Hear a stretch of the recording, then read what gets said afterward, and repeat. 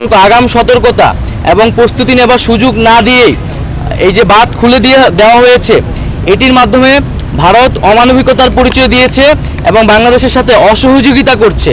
আমরা আহ্বান করব, আমরা আশা করব যে দ্রুত সময়ের মধ্যে ভারত বাংলাদেশের জনগণ বিরোধী এ ধরনের নীতি থেকে সরে আসবে। দেশের সকলকে আহ্বান জানাচ্ছি যে দেশে যে বন্যা পরিস্থিতি, সেই পরিস্থিতি মোকাবেলায় আমাদেরকে ঐক্যবদ্ধভাবে কাজ করতে হবে।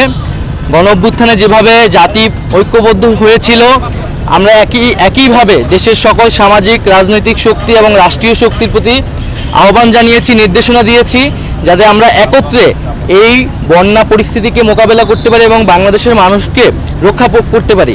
সেই জায়গা থেকে কিন্তু আমরা সরকারি বেসরকারি সকল প্রতিষ্ঠানের কাছে নির্দেশনা দিয়েছি এগিয়ে আসার জন্য।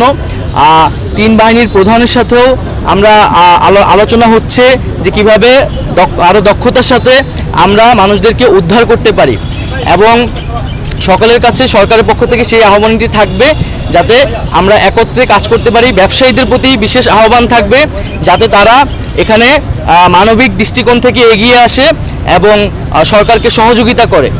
দ্বিতীয় আরেকটি বিষয় হচ্ছে যে আমরা দেখতে পাচ্ছি যে উজানের পানি বাংলাদেশে ধেয়ে সেই বন্যা পরিস্থিতি তৈরি করছে, এবং কোনো ধরনের আগাম সতর্কতা এবং প্রস্তুতি নেবার সুযোগ না দিয়েই এই যে বাঁধ খুলে দেওয়া হয়েছে, এটির মাধ্যমে ভারত অমানবিকতার পরিচয় দিয়েছে এবং বাংলাদেশের সাথে অসহযোগিতা করছে। আমরা আহ্বান করব, আমরা আশা করব যে দ্রুত সময়ের মধ্যে ভারত বাংলাদেশের জনগণ বিরোধী এ ধরনের নীতি থেকে সরে আসবে, এবং আমরা কিভাবে একত্রে বাংলাদেশের জনগণ এবং ভারতের জনগণকে এ ধরনের প্রাকৃতিক দুর্যোগ থেকে রক্ষা করতে পারি, সে বিষয়ে সুষ্ঠু সমাধানের পথ বের করতে হবে।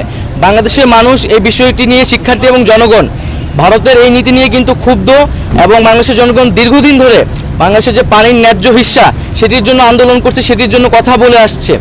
তো আমরা আশা করব যে ভারত বাংলাদেশের সম্পর্কের ভিতরে কোনো টানাপোড়েন যাতে না রাখা হয়, এবং একটা ন্যায্যতার ভিত্তিতে যাতে ভারত বাংলাদেশের রাষ্ট্রীয় সম্পর্ক প্রতিস্থাপন করা হয়।